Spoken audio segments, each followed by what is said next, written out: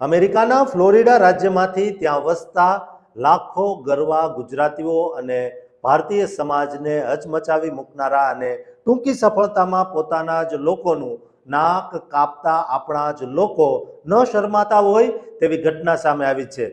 એક અમેરિકન ગોરી મહિલાને ફસાવવામાં આપણા ગુજરાતી સહિતના બે ઝડપાયા છે। તેનો સૌપ્રથમ વિડીયો જોઈ લ્યો, પછી વાત કરીએ। It was okay to target the same 70-year-old woman 3 days in a row, threatening her with fake charges until she handed over her entire... Where is it? How's it going, man? Good. I'm Detective Barth with the Ocala Police Department. Okay. What's your name? Parth. Parth? Yes. Is that what you want me to call you? Okay. All right. So, what would you like to tell me about today? I don't know very first why I was detained. You don't? No. Okay. You have no idea why Because you were me detained? and my friend were just visiting Ocala Uh-huh. and we were just supposed to go back home. અમેરિકાના ફ્લોરિડામાં આવેલી ઓકાલા police department એટલે કે ઓપીડીના સત્તાવાર અહેવાલ અને live police body કેમ વિડીયોના આધારે એક બહુ જ મોટા ઇન્ટરનેશનલ ફોન સ્કેમ અને ઓર્ગેનાઇઝડ કૌભાંડનો પર્દાફાશ થયો છે।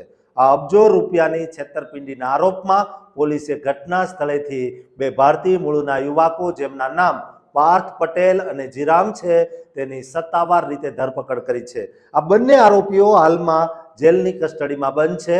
આ આખી હૃદય ધડકાવી દેનારી ઘટનાની ઓફિશિયલ વિગત એવી છે કે ઓકાલા વિસ્તારમાં રહેતા એક 70 વર્ષના કમજોર વૃદ્ધ મહિલા જ્યારે પોતાના આઈપેડ પર વોલમાર્ટની સત્તાવાર વેબસાઇટ ખોલીને હોમ બેડ સ્પ્રેડ શોધી રહ્યા હતા ત્યારે અચાનક તેમની સ્ક્રીન પર એપલ સપોર્ટના નામે એક નકલી પોપઅપ મેસેજ લાઈવ ફ્લેશ થયો હતો, જેમાં લખ્યું હતું કે તમારું આઈપેડ, ફોન અને તમામ નાણાકીય બેંક ખાતાઓ સંપૂર્ણપણે કમ્પ્રોમાઇઝ એટલે કે હેક થઈ ચૂક્યા છે અને તાત્કાલિક ઉકેલ માટે નીચે આપેલા સિક્યોર હેલ્પલાઇન નંબર પર કોલ કરો।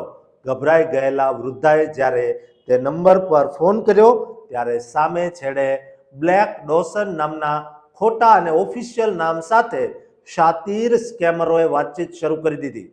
આ ઠગો જુદા જુદા અજીબ એક્સેન્ટ એટલે કે ઇંગ્લિશ અને હિન્દી ઇન્ડિયન એક્સેન્ટમાં વાત કરી રહ્યા હતા અને તેઓ એટલા પ્રોફેશનલ હતા કે તેમણે વૃદ્ધાને સતત 8 થી 10 કલાક સુધી ફોન પર હોલ્ડ રાખીને ભયાનક માનસિક ટોર્ચર કર્યું। ઠગોએ વૃદ્ધા પર સદંતર ખોટો આરોપ લગાવતા કીધું કે તમારા એકાઉન્ટમાંથી ચાઇનાની એક ગંદી વેબસાઇટ પર પૂરા 29,999.99 ડોલરનું ગેરકાયદેસર ટ્રાન્ઝેક્શન થયું છે અને આ ગુના હેઠળ તમને અમેરિકાની કઠોર ફેડરલ જેલમાં પૂરી દેવામાં આવશે।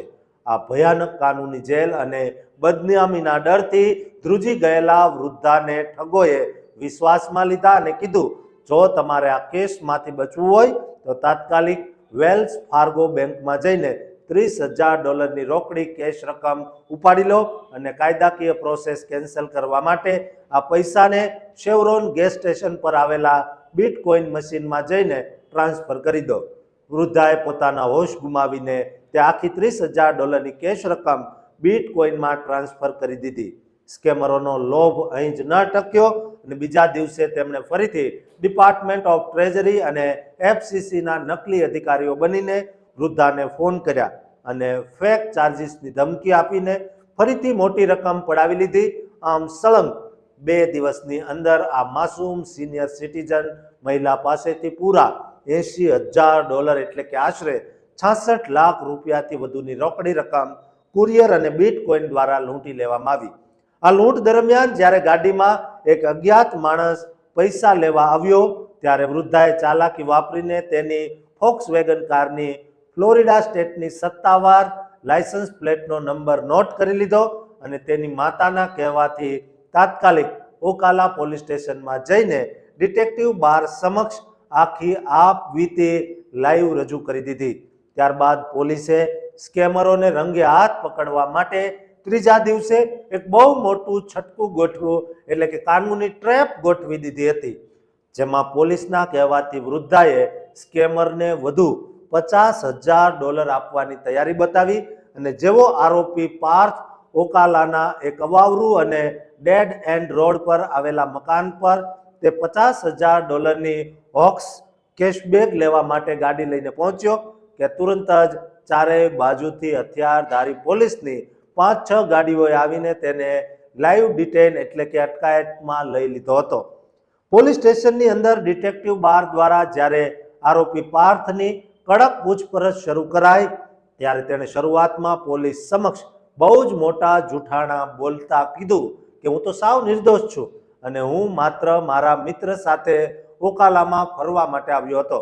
પરંતુ જ્યારે ડિટેક્ટિવે તેનો ફોન જપ્ત કરીને કમ્પ્યુટર ડેટા ડમ્પ કરવાની અને તમામ ગુપ્ત એડ્રેસ તથા મેસેજ બહાર કાઢવાની કડક ધમકી આપી ત્યારે તેનો આખો ભાંડો પળવારમાં ફૂટી ગયો હતો. આરોપી પાર્થ પટેલે રડતા રડતા સ્વીકાર્યું કે તે અમેરિકામાં છેલ્લા 6 વર્ષથી લીગલ વિઝા સ્ટેટસ એટલે કે ગ્રીન કાર્ડ પર વસવાટ કરી રહ્યો છે અને તે દિવસમાં 6 દિવસ ડેઝ ઇન મોટેલની અંદર $12 પ્રતિ કલાકના સસ્તા પગારે કાળી મજૂરી કરે છે, પોતાનું જીવન ગુજારે છે.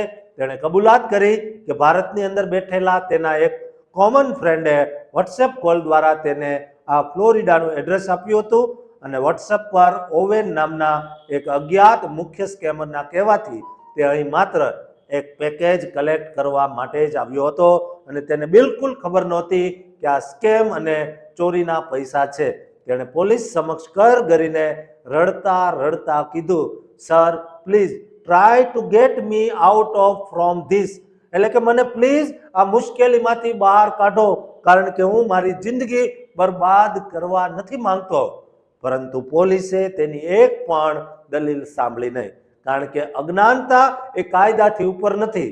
આ ભયાનક કટોકટી બાદ પોલીસે બંને ભારતીય આરોપીઓ પાર્થ પટેલ અને જીરામ વિરુદ્ધ અમેરિકાના કઠોર કાયદા અનુસાર ઓર્ગેનાઇઝ્ડ ફ્રોડ એટલે કે સંગઠિત અબજો રૂપિયાનું કૌભાંડ આચરવું, ગુના માટે 2-વે કોમ્યુનિકેશન ડિવાઇસનો ગેરકાયદેસર ઉપયોગ કરવો અને 65 વર્ષથી વધુ ઉંમરના વડીલ નાગરિક પાસેથી $50,000 થી વધુની ગ્રાન્ડ થેફ્ટ એટલે કે મોટી ચોરી કરવાના ભયાનક ગુના દાખલ કર્યા છે.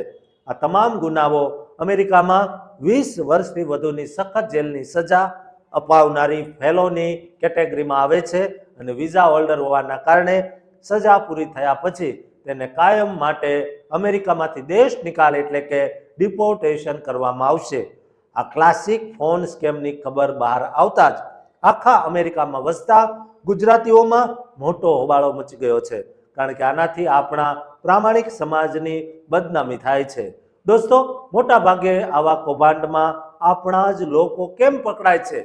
તેથી આપણા યુવકોને આ વિડીયો ખાસ શેર કરજો જેથી મોટા અને ખોટા કામ કરતા અચકાય કારણ કે અમેરિકામાં કાયદાના હાથ બહુ લાંબા છે દોસ્તો.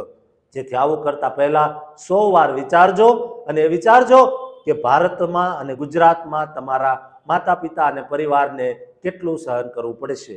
દોસ્તો, આ ચેનલને સબસ્ક્રાઇબ કરવાનું પણ ચૂકતા નહીં.